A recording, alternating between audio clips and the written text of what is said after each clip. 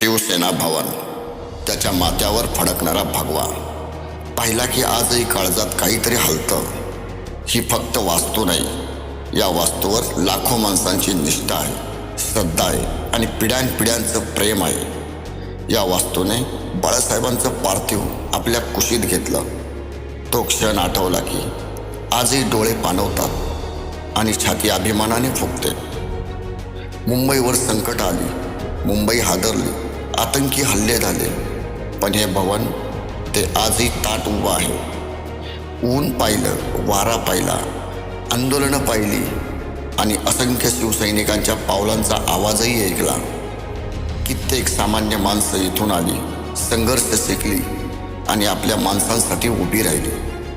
म्हणून शिवसेना भवन म्हणजे फक्त दगड विटांची इमारत नाही, ही मराठी माणसाच्या भावनेची राजधानी आहे.